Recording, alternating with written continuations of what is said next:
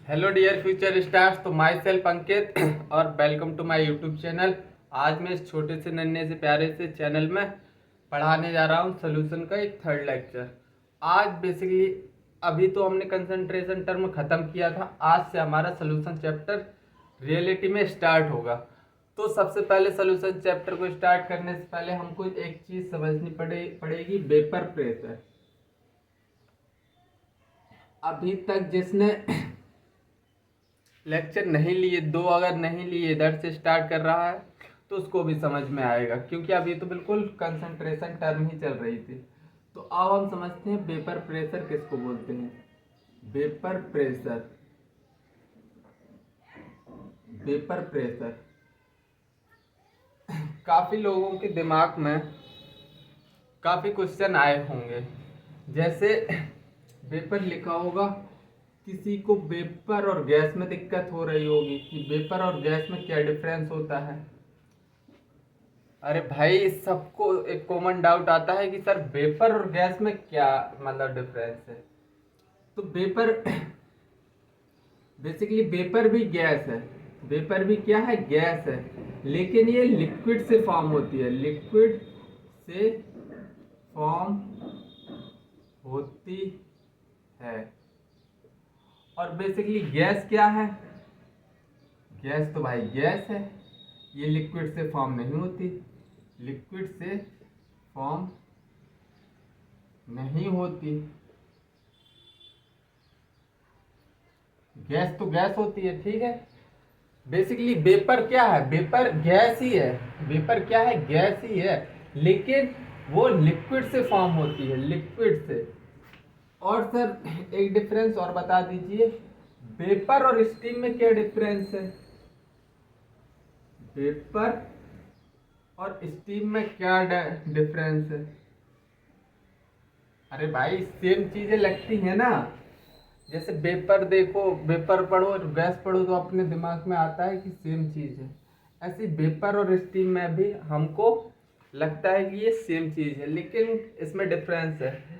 ये बेसिकली किसी भी टेम्परेचर पर बनता है, और स्टीम जब हम टेम्परेचर अबव 100 डिग्री सेल्सियस मतलब बॉइलिंग पॉइंट से भी ज़्यादा टेम्परेचर देते हैं, तब हमारी क्या बन के आती है? स्टीम। और वेपर्स कब बनती है? At any temperature. Vapour, vapour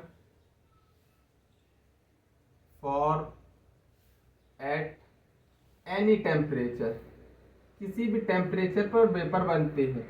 अरे तुमने देखा होगा, तुम पानी को रख दो और उसके ऊपर एक कुछ भी रख दो, कुछ भी एक लेड रख दो, तो ऊपर तुमको सफेद सफेद दिखाई देता है। मतलब वो बेसिकली क्या है? एवापोरेशन की वजह से, वेपर की वजह से पानी धीरे धीरे धीरे वेपर में कन्वर्ट होता रहता है। इस प्रोसेस को हम एवापोरेशन बोलते हैं, एवापोरेशन। मतलब इसको कोई मतलब टेम्परेचर देना नहीं पड़ता। और स्टीम में, steam form, steam form at above 100 degree Celsius और बॉइलिंग पॉइंट। और इसको क्या बोलते हैं? वेपराइजेशन। इसको वेपराइजेशन बोलते हैं, ठीक है। तो आई थिंक मैंने तुम्हारे जो छोटे मोटे डाउट है जो तुम्हारे पैदा होने वाले थे, मैं पेपर प्रेशर पढ़ा था, वो डाउट पैदा होने से पहले ही मैंने उनका खात्मा कर दिया है, ठीक है। तो अब हम समझते हैं बेसिकली पेपर प्रेशर होता क्या है।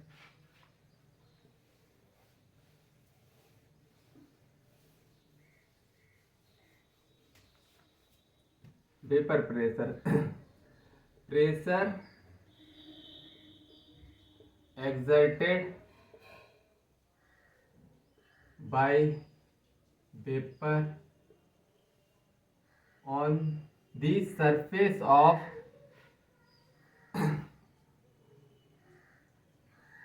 on the surface of liquid and wall vessel and wall of vessel at vapor liquid equilibrium. Vapor liquid equilibrium is called vapour pressure. Sir समझ नहीं आया, समझ नहीं आया, बिल्कुल भी समझ नहीं आया। तो बेटा अभी समझाया ही कहाँ है, अभी तो डेफिनेशन लिखवाई है। सपोज दैट ये क्या है, क्लोज कंटेनर है।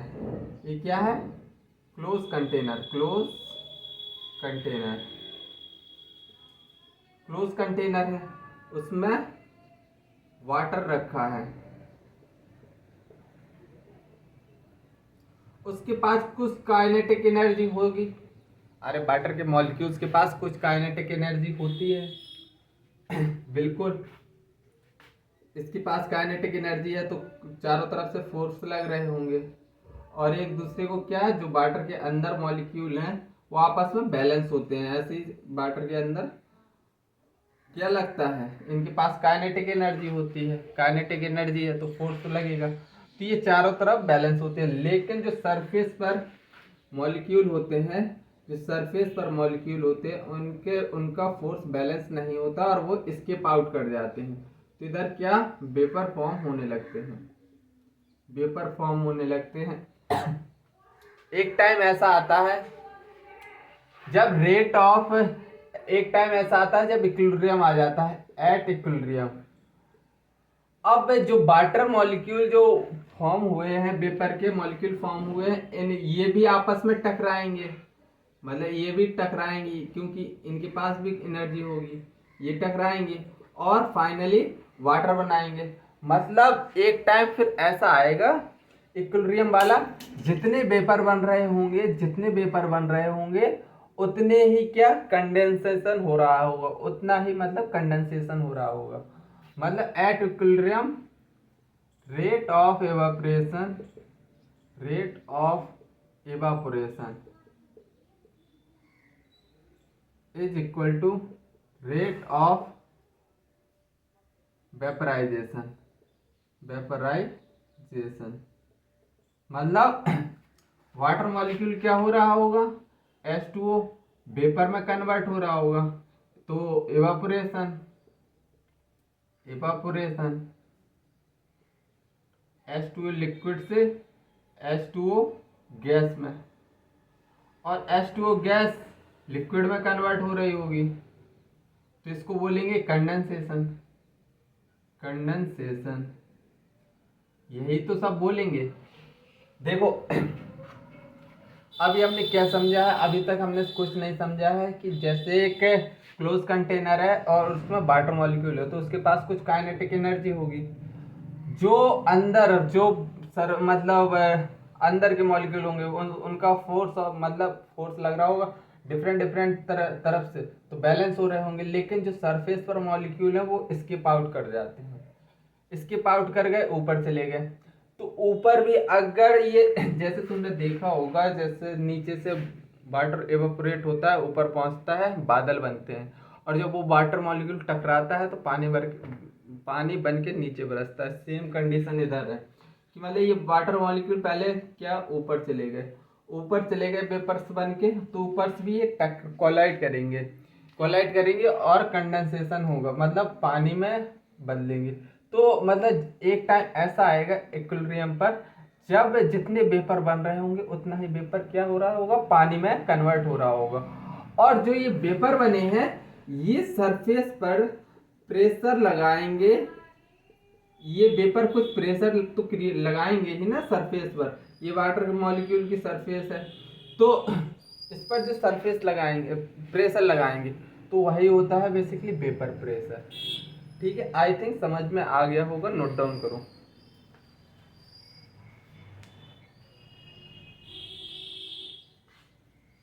आज का लेक्चर मज़ेदार रहने वाला है, समझने वाली चीज़ें हैं, लॉजिकल चीज़ें हैं, लॉजिकल चलेगा आज का चैप्टर, आज का लेक्चर, और बड़ा इंटरेस्टिंग भी रहेगा।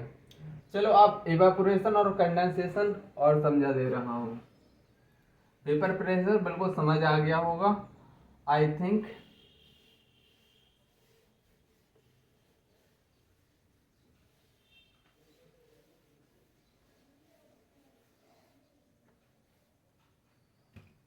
अब मैं समझा रहा हूँ इवापोरेशन।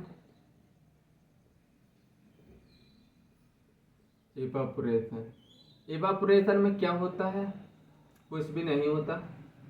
ये वाटर के मॉलिक्यूल है, इनके पास कुछ काइनेटिक एनर्जी होती है।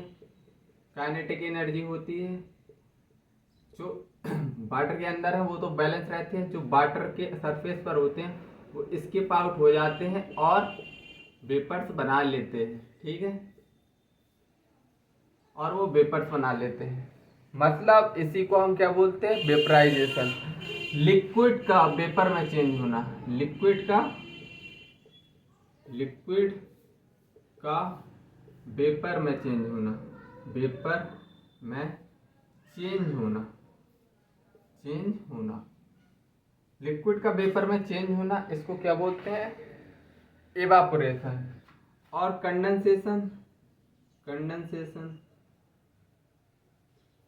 कंडेंसेशन बेसिकली क्या होता है? जो वेपर बने हैं वो आपस में क्या करेंगे? अब कोलाइड करेंगे और पानी में बदलेंगे। मतलब वेपर का वाटर में, वेपर का लिक्विड में चेंज होना। इसी को क्या बोलते हैं? कंडेंसेशन। अब एवापोरेशन के कुछ स्टेटमेंट लिख लो। एक बेसिकली सरफेस फिनोमेना है, सरफेस से हो रहा है, तो बेसिकली कैसा है? सरफेस फिनोमेना है। Evaporation is surface phenomena. आज जाके कर लेना, एक वाटर का गिलास ले लेना पानी और उसको रख देना। 3-4 दिन बाद देखना, उसका लेवल मार्क कर लेना कि आज पानी इधर था, लेकिन कुछ टाइम बाद पानी कम हो जाएगा। क्यों? क्योंकि इवापोरेशन किसी भी टेम्परेचर पर होता है। Evaporation is possible at any temperature. Evaporation is possible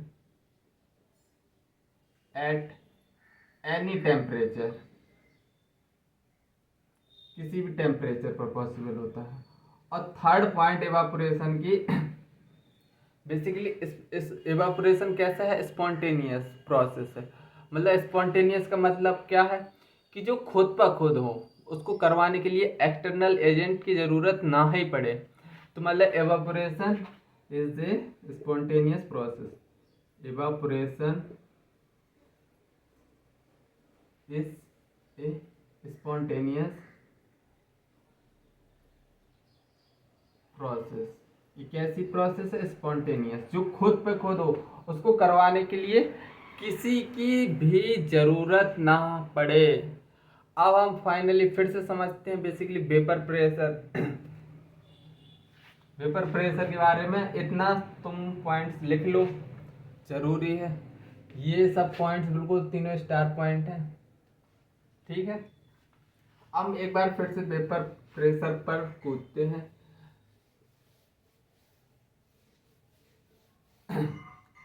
suppose that एक कंटेनर है। कंटेनर में क्या है? एक कंटेनर में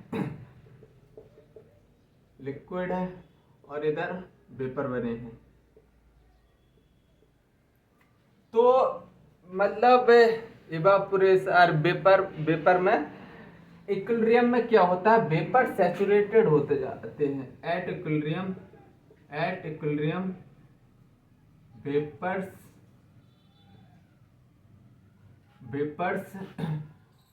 आर सैचुरेटेड। इसका मतलब समझ में नहीं आया। मतलब वेपर का अमाउंट सैचुरेटेड का मतलब vapour, fix amount of vapour. इसका मतलब क्या है? Fixed amount of vapour. Saturated का मतलब फिक्स्ड अमाउंट ऑफ वेपर, मतलब इक्विलिब्रियम कंडीशन पर वेपर के फिक्स्ड अमाउंट हो जाते हैं। जितना लिक्विड वेपर में कन्वर्ट होता है इक्विलिब्रियम में, उतना ही वेपर क्या हो जाता है? लिक्विड में कन्वर्ट। जितना जितना लिक्विड वेपर में कन्वर्ट होता है, वेपर में कन्वर्ट होता है, उतना वेपर लिक्विड में कन्वर्ट होता है, लिक्विड में कन्वर्ट होता है। ठीक है, तो ये तो तुमको समझ में आ गई। इक्विलिब्रियम कंडीशन पर क्या होगा? जितने वेपर्स बनेंगे उतने ही क्या होगा? इनका आपस में टकराएंगे और पानी बन के नीचे आ जाएंगे। लेकिन एक कंडीशन ऐसी आएगी जब जब मतलब रेट ऑफ कंडेंसेशन और रेट ऑफ इवेपोरेशन और रेट ऑफ कंडेंसेशन क्या हो जाता है? बराबर, तो उसको इक्विलिब्रियम कंडीशन होती है और वेपर्स उस टाइम पे सैचुरेटेड हो जाते हैं, मतलब फिक्स्ड अमाउंट। तो इसका ग्राफ एनसीईआरटी में गिवन है।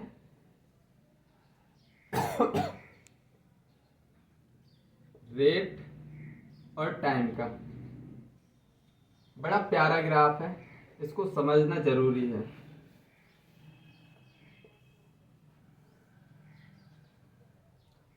Rate versus time.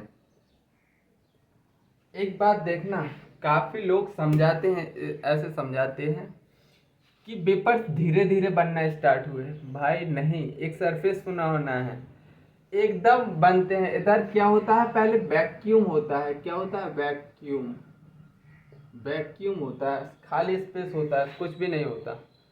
और ये सरफेस फिनोमेना है। सरफेस से जितना ज्यादा सरफेस होगा उतनी ज्यादा वेपर्स बन जाएंगी, और जितनी ज्यादा वेपर्स बन गई मतलब जितना ज्यादा सरफेस होगा उतनी ज्यादा वेपर्स बनेंगी। और वेपर से मतलब इनका रेट क्या होता है? कांस्टेंट होता है, मतलब ये धीरे धीरे नहीं होता। सब लोग ऐसे समझाते हैं कि धीरे धीरे पानी वेपर्स में कन्वर्ट होता है, ऐसा कतई नहीं होता। एक इसका रेट क्या होता है? कांस्टेंट होता है। इवापोरेशन कैसा होता है? Constant evaporation.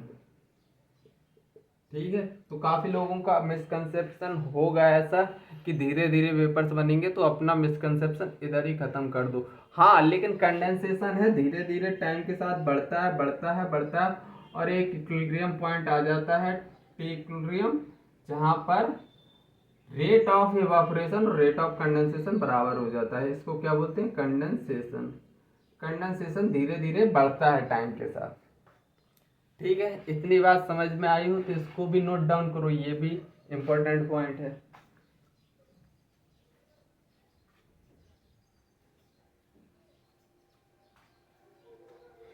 अब हम देखेंगे वेपर प्रेशर किस पर डिपेंड करता है, किससे इंडिपेंडेंट होता है, वो सब देखने वाले हैं।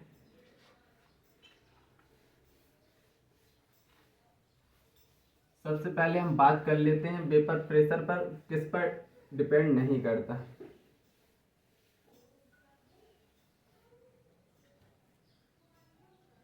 वेपर प्रेशर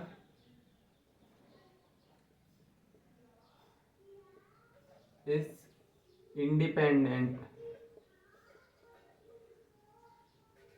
ऑफ, पहला है amount of liquid. Amount of liquid, पहला है amount of liquid. Amount of liquid, suppose that मैंने 3 कंटेनर लिए, एक कंटेनर, 2 कंटेनर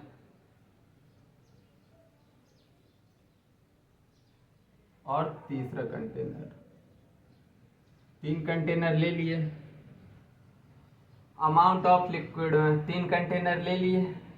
अब देखो तीनों कंटेनर में, इसमें भर रहा हूँ 100 ml लिक्विड, इधर भर रहा हूँ 200 ml, इधर 500 ml लिक्विड भर रहा हूँ उसको।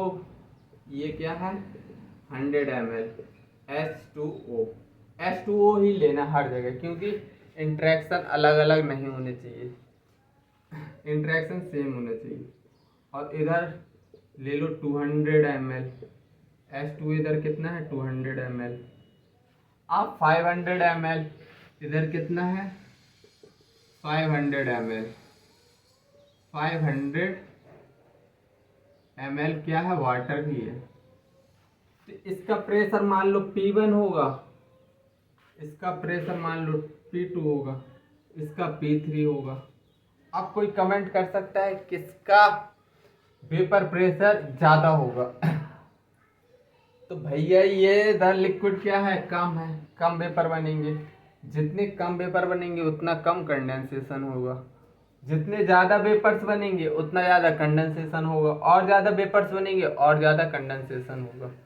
मतलब इक्विलिब्रियम पर क्या होता है कि मतलब जितने वेपर्स बनते हैं उतना ही वेपर्स लिक्विड में कन्वर्ट हो जाता है। तो मतलब इधर वेपर प्रेशर क्या है अप्रोक्स सेम होता है। वेपर प्रेशर क्या होता है सेम, P1 P2 P3। ठीक है, पहली बात। और दूसरी बात किस पर इंडिपेंडेंट है। पहला हो गया अमाउंट ऑफ लिक्विड, अब हो गया दूसरा होगा हमारा, दूसरा क्या होगा, दूसरा होगा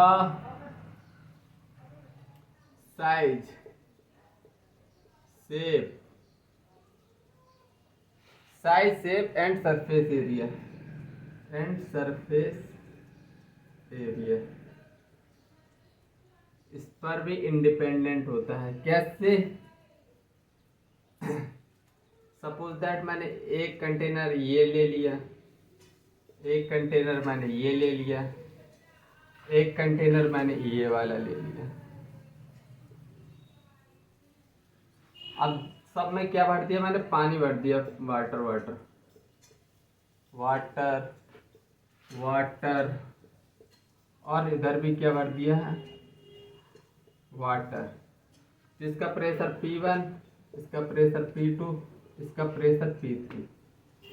अब एक बात बताना, इधर सरफेस एरिया क्या है कम है, तो वेपर कम बनेंगे, कम बनेंगे कम कंडेंसेशन होगा। इधर सरफेस एरिया इतना है तो एवापोरेशन ज़्यादा होगा, तो कंडेंसेशन भी ज़्यादा होगा। इधर और ज़्यादा एवापोरेशन होगा, इधर और ज़्यादा एवापोरेशन होगा तो और ज़्यादा कंडेंसेशन होगा। तो मतलब इधर भी क्या है प्रेशर तीनों का क्या रहने वाला है, सेम ही रहने वाला है। P1 is equal to P2 is equal to P3। कोई इसमें शक नहीं है, इधर जादू हो रहा है सब। ठीक है, अब वेपर प्रेशर बेसिकली इंडिपेंडेंट तो समझ लिया, अब डिपेंड किस पर करता है तो उसकी बात भी करते हैं। तो vapour pressure is depend on, is dependent on, पहला वेपर प्रेशर किस पर डिपेंड करता है, नेचर ऑफ लिक्विड, मतलब लिक्विड का nature, nature of liquid, nature of liquid.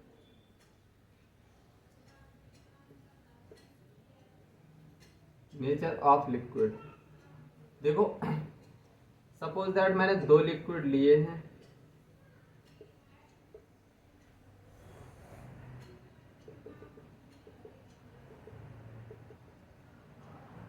इधर मैंने लिक्विड ये लिया है, इधर लिक्विड क्या लिया है बी लिया है।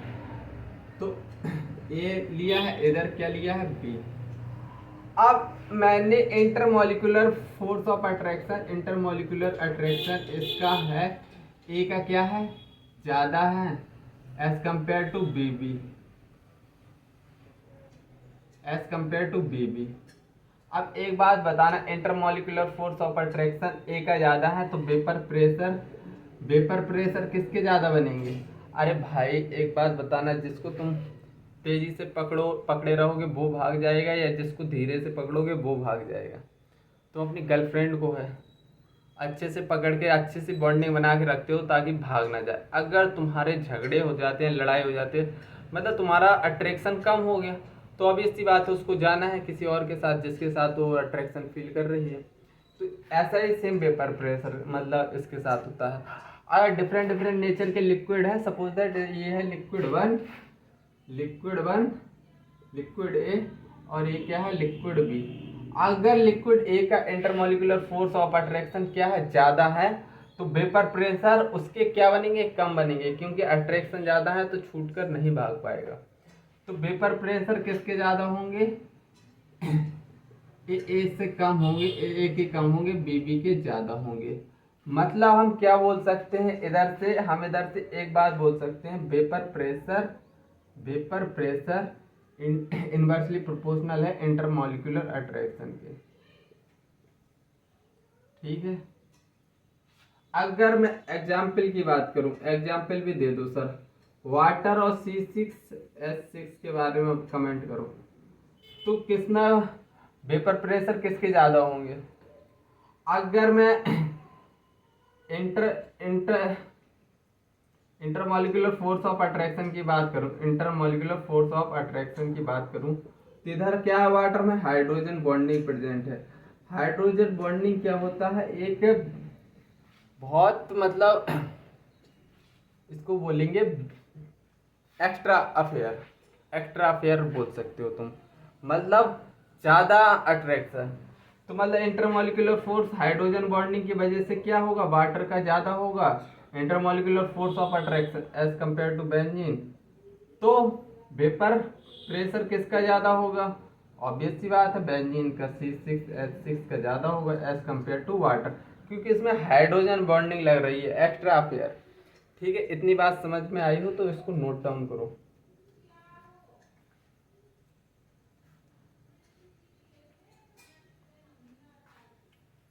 इसको नोट डाउन करो। तो दूसरा फैक्टर पढ़ाता हूँ, टेम्परेचर पर भी डिपेंड करता है, टेम्परेचर पर वेपर प्रेशर डिपेंड करता है टेम्परेचर पर, और ये तो यार सबको ही जानता है। सेकंड है टेम्परेचर। अब एक बात बताना, एक छोटी सी बात है, बता देना, अगर तुम टेम्परेचर बढ़ाओगे, टेम्परेचर इंक्रीज करोगे, तो काइनेटिक एनर्जी बढ़ेगी,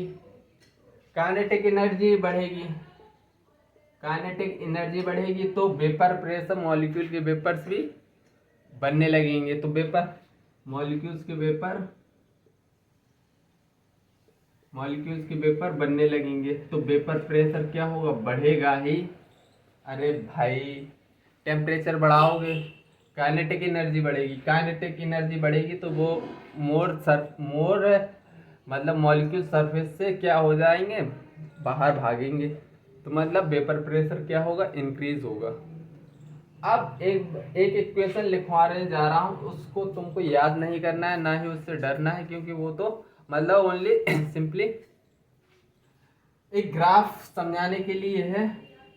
तो बेसिकली ये इक्वेशन क्या है, Clausius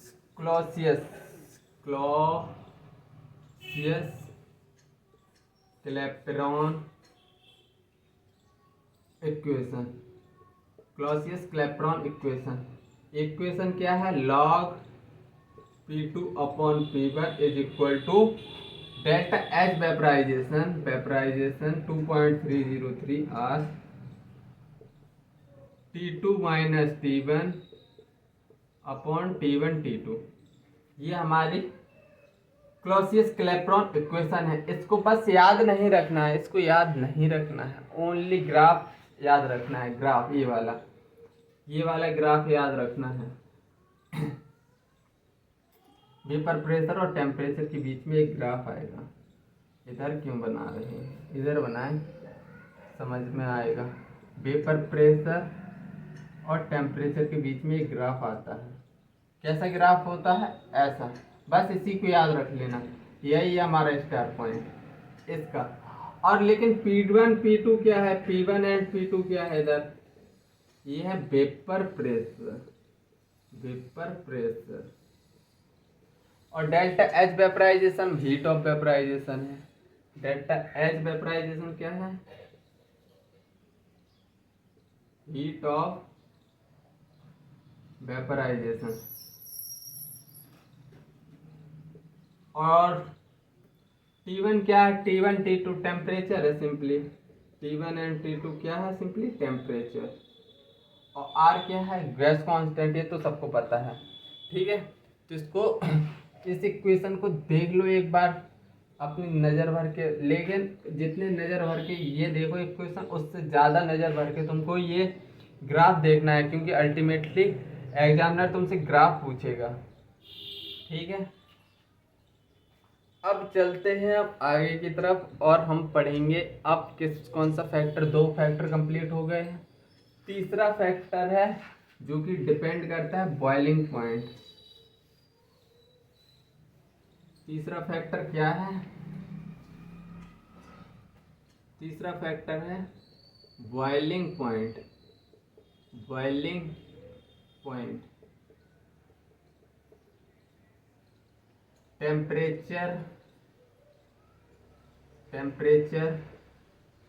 eight which temperature at which vapour pressure of liquid, vapour pressure of liquid is equal to external pressure. External pressure के बराबर होगा, तो हम उसको बोलेंगे बॉइलिंग पॉइंट। और नॉर्मल बॉइलिंग पॉइंट का क्या होता है? नॉर्मल बॉइलिंग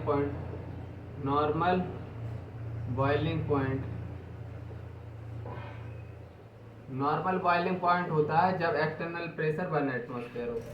जब external pressure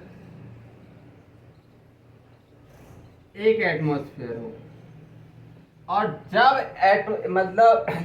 external pressure atmosphere का 1 एटमॉस्फेयर होता है, तभी वाटर का हम बोलते हैं, वाटर का बॉइलिंग पॉइंट 100 डिग्री सेल्सियस होता है। कब बोलते हैं ऐसा?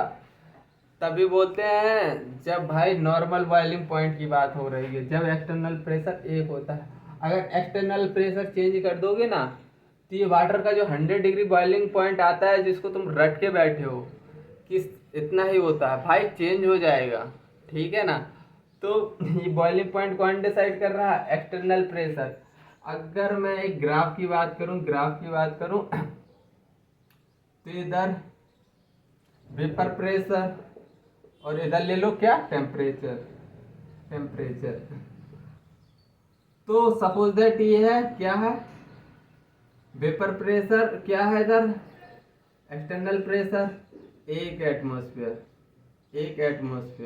तो यही हमारा क्या होगा? T boiling point. यही हमारा बॉइलिंग पॉइंट होगा, टेम्परेचर ऑफ बॉइलिंग पॉइंट, ठीक है। तो इस पर बेसिकली इतनी बात समझ में आ गई। अब जो ग्राफ भी समझने वाला था। तो बेसिकली होता है वेपर प्रेशर के बॉइलिंग पॉइंट इन्वर्सली प्रोपोर्शनल होता है। वेपर प्रेशर के इन्वर्सली होता है बॉइलिंग पॉइंट। सपोज दैट ये कंसेप्ट याद रखना है, ये वाला स्टार पॉइंट। देखो अभी मैं फील दिला दे रहा हूँ इसकी। सपोज दैट एक लिक्विड का कंटेनर है, दूसरा लिक्विड का कंटेनर है, और तीसरा कंटेनर है। 3 कंटेनर है। इसका मैंने बॉइलिंग पॉइंट 50 डिग्री सेल्सियस है, इसका 80 डिग्री सेल्सियस है, और इसका 100 डिग्री सेल्सियस है, ठीक है। ए लिक्विड ए है, ए लिक्विड बी है, ए लिक्विड सी है। अब बताओ वेपर प्रेशर सबसे ज्यादा किस में बनेंगे? वेपर प्रेशर ऑब्वियस सी बात है, जिसका कम टेम्परेचर है वो जल्दी से बॉयल होने लगेगा, बॉयल होने लगेगा, वेपर प्रेशर बनाने लगेगा, मतलब ए का वेपर प्रेशर ज़्यादा, फिर बी का, फिर सबसे बाद में बॉयल होगा सी वाला, और सी के सबसे कम वेपर बनेंगे सी के। अब एक बात बताना, क्या ये बॉइलिंग पॉइंट के इन्वर्सली प्रोपोर्शनल है? बॉइलिंग पॉइंट किसका ज़्यादा है? सी का, फिर बी का, फिर ए का, मतलब दोनों का ऑर्डर क्या आ रहा है? इनवर्स। तो यही मैंने पॉइंट लिखवाया, वेपर प्रेशर इन्वर्सली प्रोपोर्शनल होता है बॉइलिंग पॉइंट के। तो आई थिंक फैक्टर हमने सभी पढ़ लिए हैं। अब हम एक नए टॉपिक के पास चलते हैं, राउट्स लॉ समझते हैं। राउट्स लॉ, उससे पहले हम छोटी छोटी टर्मिनोलॉजी पढ़ेंगे, उससे पहले तुम ये नोट करो।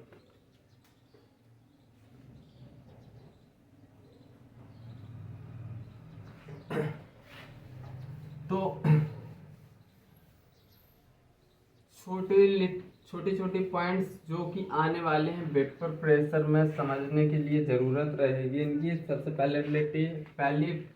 पहली चीज़ है वोलेटिलिटी। वोलेटिलिटी क्या होता है? वोलेटिलिटी होता है tendency to form vapour, tendency to form vapour, इसको हम वोलेटिलिटी बोलते हैं। और वोलेटाइल सब्सटेंस क्या होते हैं? वोलेटाइल सब्सटेंस जो वेपर प्रेशर बनाए तो वो होंगे वोलेटाइल सब्सटेंस। जो vapour substance that form vapour, substance which form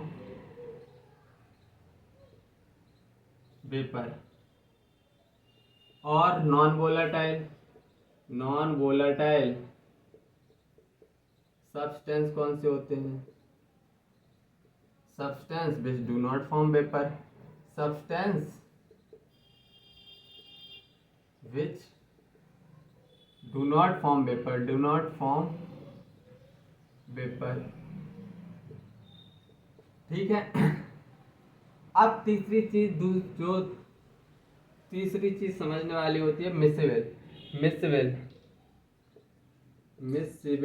मिससिबल क्या होता है? जो आपस में मिक्स हो जाए उनको हम मिससिबल बोलेंगे। मिससिबल क्या हो?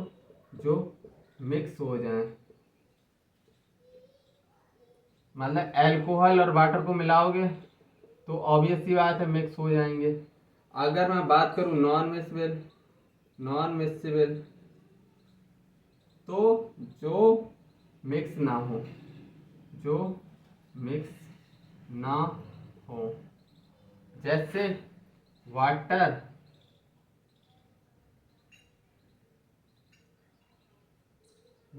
प्लस ऑयल, इनको एक दूसरे में मिला देना। वाटर की डेंसिटी ज़्यादा होती है एज कंपेयर टू ऑयल, तो ऑयल हमारा हमेशा ऊपर चला जाता है चाहे जितना मिला लेना, और वाटर नीचे रह जाता है, ठीक है। तो चलो इतने छोटे छोटे पॉइंट समझ लिए। अब हम समझेंगे राउट्स लॉ। राउट्स लॉ का पहले हम टर्मिनोलॉजी देखेंगे, फिर राउट्स लॉ की पहले टर्मिनोलॉजी देख लेंगे, क्योंकि थोड़ा डिफरेंट तरीके से पढ़ाओ तो लड़कों के दिमाग में थोड़ी घुसने की प्रोबेबिलिटी बढ़ जाती है। तो इस बार मैं थोड़ी डिफरेंट तरीके से पढ़ाऊंगा राउट्स लॉ।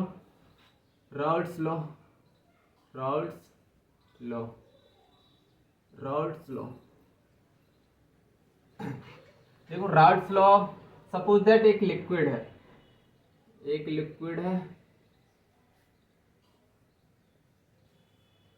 ए, एक लिक्विड क्या है?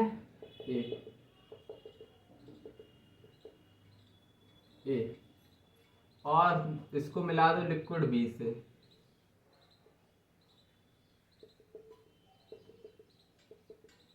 बी, तो ये सॉल्यूशन ए प्लस बी होगा।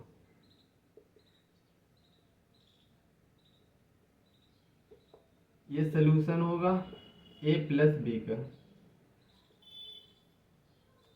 तो अब एक बात देखना, इधर सॉल्यूशन ओनली ए है, तो एक बात और समझ लेना, राउट्स लॉ बेसिकली हम आइडियल सॉल्यूशन के लिए पढ़ेंगे, आइडियल सॉल्यूशन के लिए। जब नॉन आइडियल की बातें आएंगी तो मैं बता दूंगा। मतलब आइडियल सोल्यूशन का मतलब क्या है, जो इंटरेक्शन ए के बीच में है वो भी, जो ए और बी के बीच में इंटरेक्शन है वही इंटरेक्शन अगर ए बी के बीच में मिल जाए तो उसको हम क्या बोल देंगे, जितना अट्रैक्शन ए और बी के बीच में है उतना ही अट्रैक्शन ए बी के बीच में हो, तो ऐसे सोल्यूशन को हम आइडियल सोल्यूशन बोलते हैं।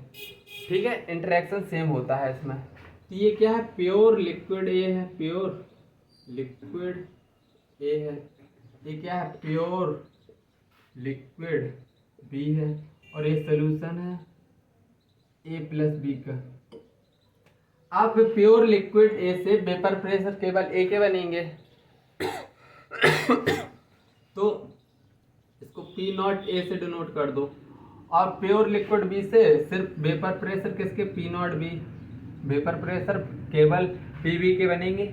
लेकिन अगर सोल्यूशन है तो प्रेशर एक मतलब जो इसका प्रेशर होगा ए बी होगा, पी बी भी होगा। लेकिन ये प्योर नहीं है इसलिए नॉट नहीं लगाएंगे, पी ए और पी बी बोलेंगे सिंपली। अब पी नॉट क्या होता है, पी नॉट ए, इसको क्या बोलते हैं, vapour pressure of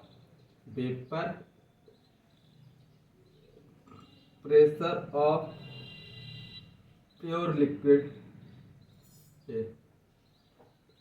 P naught B क्या है, vapour pressure of pure liquid B, pure liquid B. और पी ए पी बी क्या है तो पी ए है partial pressure of liquid, partial pressure of liquid है। देखो अगर एक से ज़्यादा कंपोनेंट है तो देखो क्या होगा, इसका भी पार्शियल मतलब कुछ प्रेशर लगेगा, इसका भी बी का भी कुछ प्रेशर लगेगा। तो जब दो कंपोनेंट या तीन कंपोनेंट आ जाते हैं तो फिर पार्शियल टर्म आ जाता है, मतलब कुछ तो प्रेशर ए का लग रहा है, कुछ प्रेशर किसका लग रहा है, बी का। मतलब partial pressure partial vapour pressure of, इसको बोलेंगे पी ए को, partial vapour pressure of liquid A in solution, of liquid A in solution. और पी बी क्या है, partial vapour pressure of liquid be in solution. I think terminology तुमको clear हो गई होगी, टर्मोलॉजी अच्छे से क्लियर हो गई होगी। अब बेसिकली रॉल्स लॉ इतना भी पता चल गया, आइडियल सोल्यूशन के लिए एप्लीकेबल है, दोनों बात पता चल गई। तो चलो अब हम राउल्ट्स लॉ अच्छे से लिख लेते हैं, राउल्ट्स लॉ बोलता क्या है। वैसे तो मुझे ये ग्राफ बने रहने देना चाहिए था, लेकिन ये अपने दिमाग में छापे रखना। राउल्ट्स लॉ का अभी डेफिनेशन लिखवा रहा हूँ, ये ग्राफ दोनों मतलब जो अभी इनिशियली लिखवाया है उसको अपने दिमाग में अज्यूम करते रहना। पार्शियल प्रेस, तो राउल्ट्स लॉ क्या बोलता है, partial vapour pressure of each component in a solution is directly proportional to its mole fraction. Partial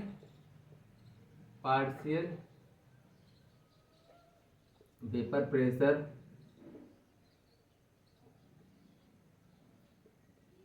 of each liquid in solution is directly proportional to its mole fraction, मतलब जैसे अगर मैं P ए की बात करूं, क्या बोल रहा है, partial pressure of each liquid in solution, मतलब पी ए पी बी थे। तो अगर मैं पी ए लिख रहा हूं partial vapour pressure of A, तो वो खुद के ही मोल फ्रैक्शन के डायरेक्टली प्रोपोर्शनल होता है, खुद के ही मतलब directly proportional to it mole fraction.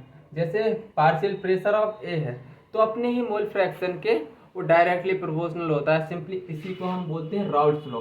यही राउल्ट्स लॉ है। अगर पी ए का डायरेक्टली प्रोपोर्शनल साइन हटाएंगे तो ये पार्शियल प्रेशर ए है, और पी नॉट ए अब आएगा इधर, partial pressure of pure liquid A into X A. ये हमारा ये है हमारा राउल्स लॉ। ऐसे ही partial pressure of B directly proportional किसके होगा, खुद के मोल फ्रैक्शन के, खुद के मोल फ्रैक्शन के। जैसे एक्स बी, एक खुद का ही उसका पीवी का खुद का मोल फ्रैक्शन एक्स बी ही है, तो PV is equal to directly proportional, sign हटेगा तो P naught B X B आएगा। इतनी बात समझ में आई हो। और प्रेशर ऑफ सोल्यूशन में लिख सकता हूँ, एक तो ए से लग रहा है प्रेशर और एक बी से लग रहा है, मतलब बोल सकता हूँ P A plus P B. और P A plus P B को क्या लिख सकता हूँ, P naught A X A plus P naught B X B, ऐसे भी तो लिख सकता हूँ भाई। ठीक है, तो आई थिंक समझ में आया होगा, नोट डाउन करो।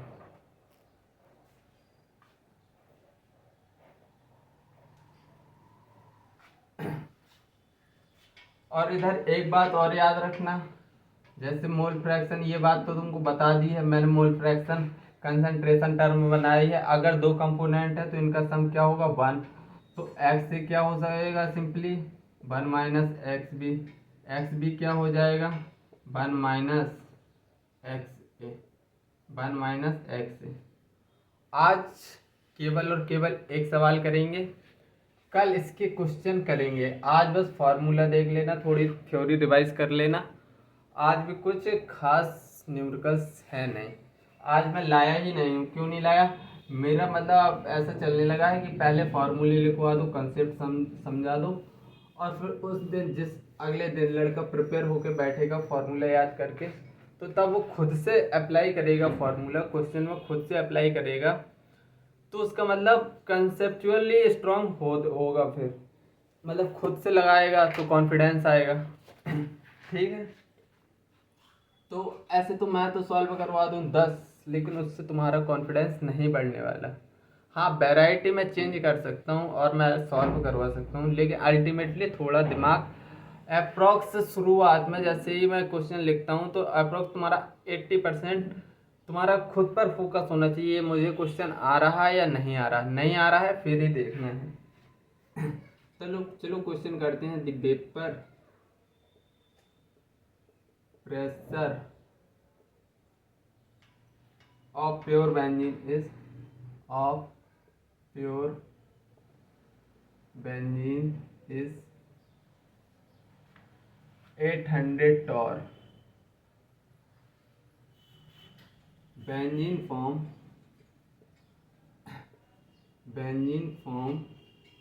an ideal solution with toluene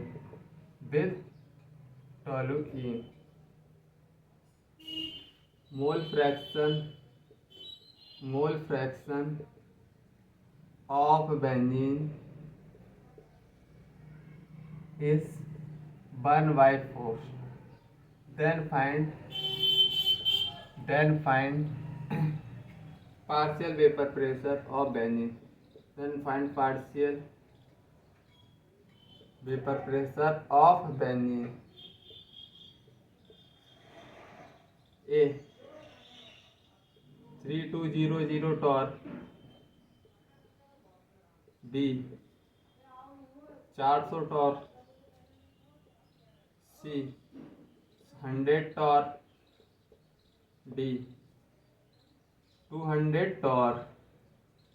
तो एक बात बताना, बेसिकली क्या लिखा है, vapour pressure of pure benzene, मतलब पी नॉट बेंजीन दे दिया है, बेंजीन कितना दे दिया है 800 torr. Ideal solution with toluene और मोल फ्रैक्शन ऑफ बेंजीन कितना दे दिया है, बेंजीन दे दिया है 1/4। Then find partial vapour pressure. अरे यार ये तो बिल्कुल ही रद्दी क्वेश्चन हो गया। P naught benzene, partial pressure of benzene पूछा है, तो पार्शियल प्रेशर ऑफ बेंजीन किसके बराबर, पी नॉट बेंजीन का, और एक्स मोल फ्रैक्शन किसका, बेंजीन का। ये तो बिल्कुल लल्लू टाइप का क्वेश्चन हो गया। 800 × 1/4 मतलब 200। 200 और हमारा आंसर आ गया।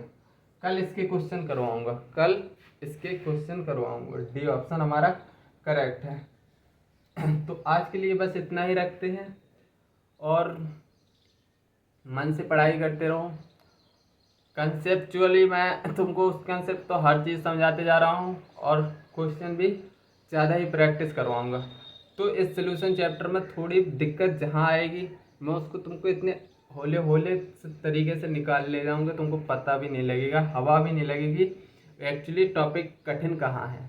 ठीक है, तो मिलते हैं नेक्स्ट लेक्चर में। जब तक के लिए बाय बाय, जय हिंद, टेक केयर।